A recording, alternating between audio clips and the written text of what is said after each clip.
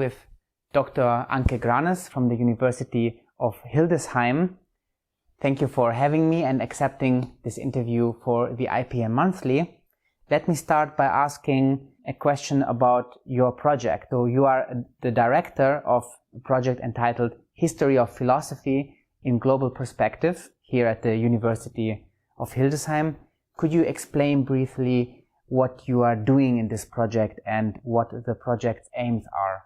Mm-hmm. Yeah, first of all, thank you very much for your interest in my work and the work of our project. Let me explain a little bit the research focus of our project, which is actually entitled Histories of Philosophy in a Global Perspective, and we are insisting in the plural. This DFG supported project, Reinhard Koselleck project, was initiated by Professor Rolf Elberfeld, who is professor here at the University of Hildesheim, and who started already in 2016 to suggest a lecture, Histories of Philosophy in a Global Perspective. So what he wanted is to interrupt the Eurocentric narrative of the history of philosophy and introduce already to our students a big plurality of narratives of the history of philosophy. And out of this attempt to change this narrative, he, after some more publications and a conference organized on also under the title Histories of Philosophy in a Global Perspective, he then applied for such a research project. What are we doing in the framework of our project? The detailed research foci you can find on our homepage of the Reinhard Koselleck project. There we have defined 10 targets. I just want to mention two here now. One is that we think, or our hypothesis is that in face of the globalization and recent attempts also to decolonize the sciences and the universities, our discipline, the historiography of philosophy, also has to change and to find new methods, maybe also of writing the history of philosophy. The history of philosophy is challenged by many new things, actually, because if we broaden our view over Europe and North America, or beyond Europe and North America, we have to face oral traditions, for example, philosophy in oral traditions, which is, of course, for the text-centered discipline of the historiography of philosophy, as we find it here in Europe, a real challenge. So these are things we are trying to explore, to think about, and what concerns, for example, oral philosophies, we organize an international conference on the status of oral philosophies in the history of philosophy this September here in Hildesheim. So this is one thing. The other thing is that we think that it is very important to reflect on the mechanisms of marginalization or exclusion of non-European histories of philosophy and philosophical traditions in the historiography of philosophy. And for this reason, one of the main targets of the first years of our project was to collect histories of philosophy in as many languages as possible. And what we have now as a database, which you can find over our website, is a collection of histories of philosophy, published histories of philosophy in 26 languages. And here we do not only include European languages like German, French, Spanish, or English, of course, but we also include histories of philosophy in Japanese language, in Chinese language, in Korean language. Because the neglect of historical, of traditions of non-European philosophies does not only include the work done in philosophy, but it includes also the writing of histories of philosophy. And here I have for you as an example our collection of histories of philosophy and thought in Korean language or in Japanese language. These two languages are also published as and books. We can show already. it to the camera. This is the exemplar on Korean philosophy, right? Histories of philosophy. Histories of philosophy in Korea. Korean language. Histories of philosophy in Japanese language.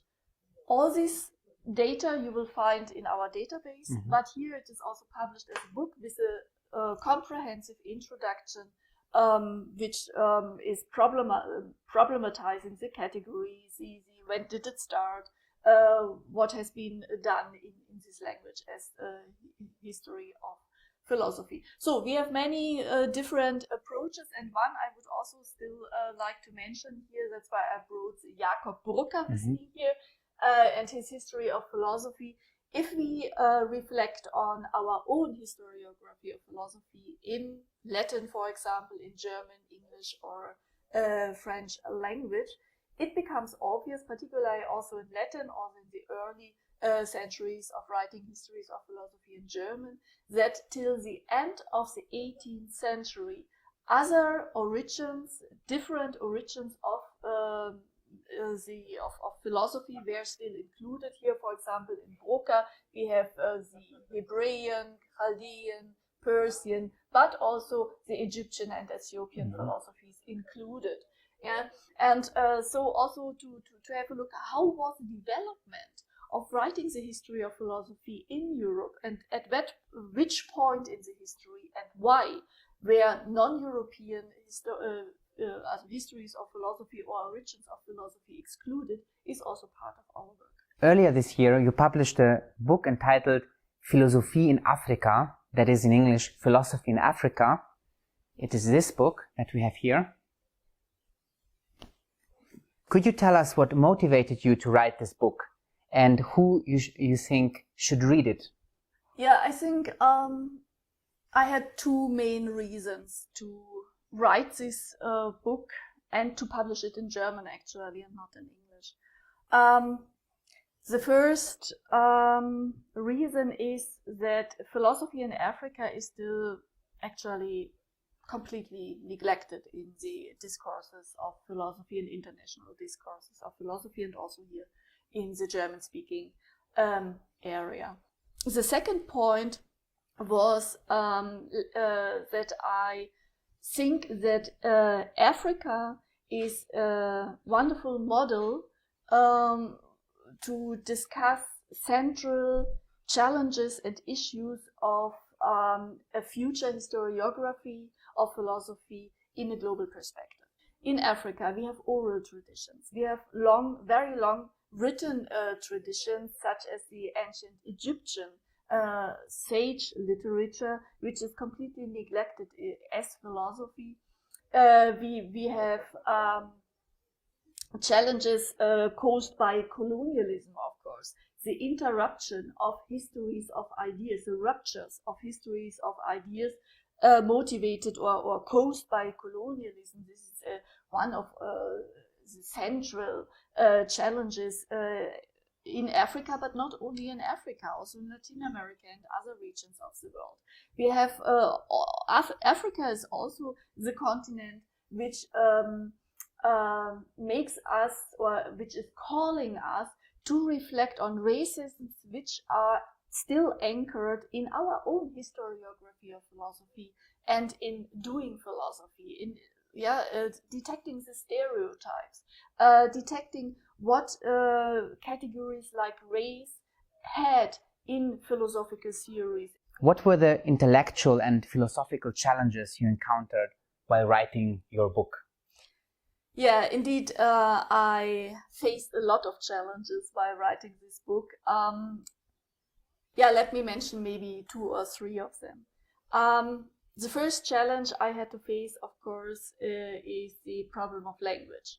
So what I try to do here is to see or to deal with Africa in its as a continental entity, and not to separate between northern and southern Africa, which is actually the result of the disciplinary borders introduced by the European Academy, which separated Africa into the Islamic world, which is then researched by sciences of Islam, and African studies, which is doing research on the African south of the Sahara. This is, of course, interrupting already traditional lines of ideas, of commerce and exchange. Yeah.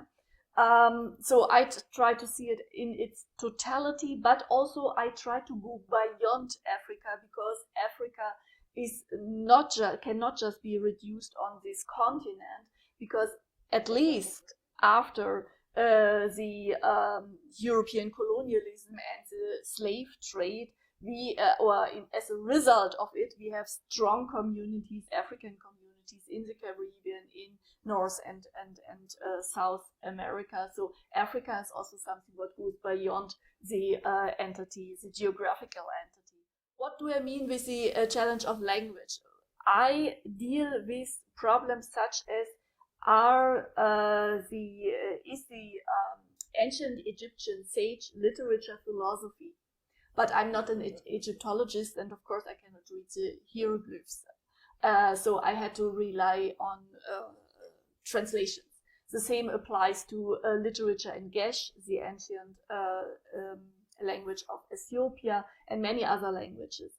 But the current discourses in African philosophy, the current academic discourses in African philosophy are done in French, English, and partly in Portuguese, and so the recent literature is, of course, no problem for me. But of course, language question is a challenge.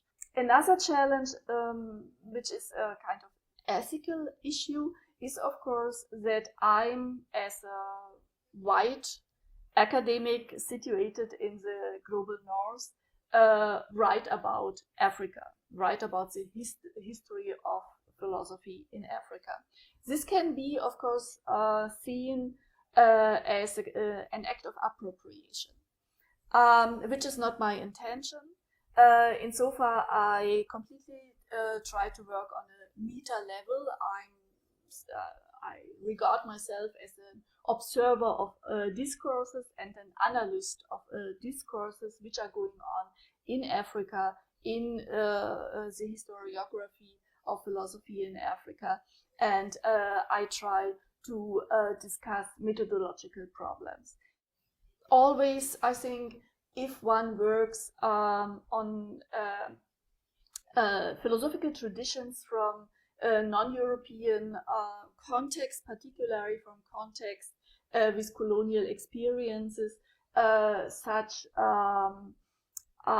research which is done in these areas can also always be understood as an act of appropriation. And I'm very conscious about this, and I try always in my books and articles to make clear from which position as a speaker I'm speaking. In your monograph, you also touch upon authors known from the curricula of Western academia. One example is Augustine, who is studied as a late ancient or early medieval European philosopher, but was born in what is today Algeria, that is North Africa. Was Augustine, in your view, an African rather than a European philosopher? What I try to do in this chapter on early Christian philosophy in Africa is to interrupt a certain narrative which is claiming Augustine and other authors who originated from the geographical entity of Africa as being part of the European history of philosophy. I see two problems in this. First of all, whoever is claiming Augustine for his or her history of philosophy, either European or African, which is now since a couple of years also a trend in African philosophy, is maybe doing a certain mistake, namely to apply categories which are rather modern categories to ancient authors. So I'm afraid that Augustine didn't feel European, being a European, but maybe being a citizen of the Roman Empire, which was actually a transcontinental empire. Moreover, we can find, and this is what I try to show in my book, that Augustine himself, in some letters, called himself or named himself an African. But now, of course, the question is, what did he mean in these early centuries as being African? And I think his understanding of being an African is different from the understanding today of being an African. Yeah, because as the Cameroonian philosopher Ebusi Bulaga made clear, Africa as such is an invention of the 20th century. What united the different peoples of Africa as being now African and feeling like African is the experience of colonization and slave trade. So this is one point, that it is difficult to claim persons for certain traditions and to apply modern categories. The other thing is that in integrating certain persons to only one narrative of the history of philosophy is, of course, neglecting the entanglement of such persons like Augustine and others, who were working on a crossroad of different philosophical traditions and other traditions of thought. Yeah, because the situation where he lived in was of course Northern Africa colonized by the Romans. The Roman influence was very strong, but there was also the Greek influence. There was also the influence of the Barbarian tradition. The problem I see is by claiming or making Augustine only a European, part of the European history of philosophy, our perspective on him and on his work is one-dimensional. And I think we have to rediscover the pluri-dimensions of the work of such authors.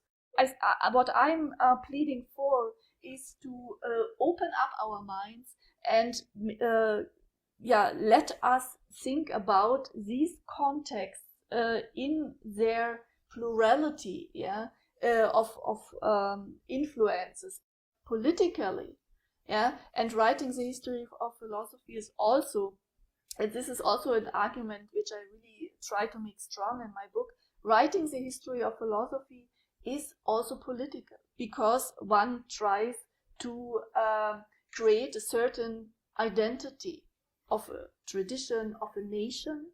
I mean, what does it mean to write national histories of philosophy, which started in Europe already in the 19th, but then very strong in the 20th century, history of philosophy of France, of Germany, of England, etc. We find now histories of philosophy in Ukrainian language of the Ukraine. We find histories of philosophy of Georgia in Georgian. This was a part of the new nation building. So if African colleagues now reclaim Augustine, Origin, and others into a narrative of a history of philosophy of Africa, it has also this dimension, and it is an act of decolonization, actually. Aside from Augustine, you also just mentioned other authors such as Origen. One could also name Plotinus or the woman philosopher Hypatia of Alexandria. What do you think can scholars working at European universities learn from acknowledging these authors as African? I think researchers should be open for the possibility that there are more influences on the works of such authors than only the Roman Greek line of tradition. I think this is the main point, to develop such an openness and being ready also for surprises. This gives us the chance to develop a more comprehensive picture or image of such personalities and their work, and helps us to leave this one-dimensional Eurocentric view. As I tried to show on Tertullian, and his reading by some authors from the church history, it opens up new dimensions. For example, his work, The Palladium, was read under the perspective that he wants to pronounce his being African, in this text. So this sheds a new view on this text. What would be your practical advice for scholars working on these authors who would like to explore what you outlined as African influences in the philosophy of these authors? Yeah, first of all, be open-minded. I think a very important practical step method is, of course, to look very close to the context in which these persons lived and worked. This, of course, means that also from the background of the researchers, we should not only we should not only underline that, of course, languages like Greek or Latin and so on are preconditions to do such a work, but maybe we also need further languages, to be taken into the analysis of certain works. A second point, which I think is very, very important in our work, is to take into consideration the work of scholars from this region in the respective centuries you are working on, but also contemporary scholars. I mean, who is really taking into account the works of now Algerian scholars who might work on Augustine? I think we have to broaden our view, and we have to take the work of local scholars in these regions we are concerned with into account. Final question to close this interview: what impact do you wish your work to have on how philosophy is taught in university? First of all, I hope it provides a good basis for further work on writing histories of philosophy in a global perspective. Because, I mean, one of our collections on our website is also a collection of histories of philosophy in a global perspective, or world philosophies, which were written already, in different languages. So we have, for example, also in Japanese language, histories of philosophy, of world philosophy. We have a number of histories of world philosophy in English and German, etc. Usually, the method is a kind of edition. So we have the European narrative, starting with Thales and going up to the contemporary European North American philosophers, and then we add certain traditions like Chinese tradition, Indian tradition, etc. I think this is problematic, because this way of adding doesn't question our basic categories, basic methods, and also not the mechanisms of exclusion, but it's just perpetuating a certain narrative which is added by other traditions. This is, in my opinion, not the right way to write a history of philosophy of the future. And so far, I hope that my book provides a basis to think deeper about what do we have to do, how to proceed.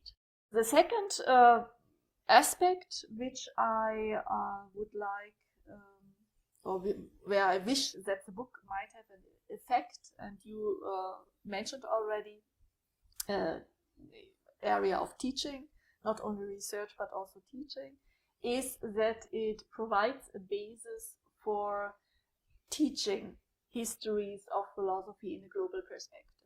What we try, as I told you before, here in Hildesheim since 2016 already, starting with the attempt of Professor Elberfeld, and which we continued now since the start of the COSELEC project in a broader frame. So now we are doing it with many more people, experts in different areas of philosophical traditions, who come together and teach this lecture. So what I hope that the book will have an effect for other universities, other colleagues here in the German-speaking area to be more initiated in their teaching, to take into account different traditions of philosophy, for example, from Africa or from any other areas, but also to take into or integrate the idea that philosophy exists in Africa and that there are also fruitful discourses into their lectures and seminars. Another point is, of course, that I think in teaching our classics, like Kant, Hegel, etc., we should also show both sides of such classics. I mean, the emancipative ideas and Enlightenment ideas, but we should not neglect also the racist ideas or categories which were used and perpetuated by such classical philosophers. I think we should show both sides, and I think this is so important also to take a kind of responsibility for our own tradition. And what I would also underline, what we didn't talk about here now, is that one of my maybe most important attempts, not only in this book but in my work in general, is also to pronounce that we need an intersectional approach. This means we should not only focus on neglected or marginalized non-European philosophical traditions which have to come into the view, but at the same time we also have to talk about the marginalization of women philosophers in the history of philosophy. And as one of the results of our collections of histories of philosophy, this one of the results is that this is not just a European problem, but if we look into the collection of histories of philosophy in Chinese language, Japanese language, Korean language, women are neglected everywhere as philosophers, everywhere in the world, in these narratives of the history of philosophy. So we are facing at least a two-sided problem: the exclusion of certain non-European traditions, but also the exclusion of women. And I think if we want to conceptualize a new approach to the historiography of philosophy, we have to take more mechanisms of exclusion or marginalization into the view to overcome them. We reached the end of our interview. Thank you very much for talking about philosophy in Africa and your book with the same title in German, Philosophie in Afrika. I show it once again to the camera. And thank you for having me. Yeah, thank you very much for your very interesting questions. It was a great pleasure to have you here. Thank you.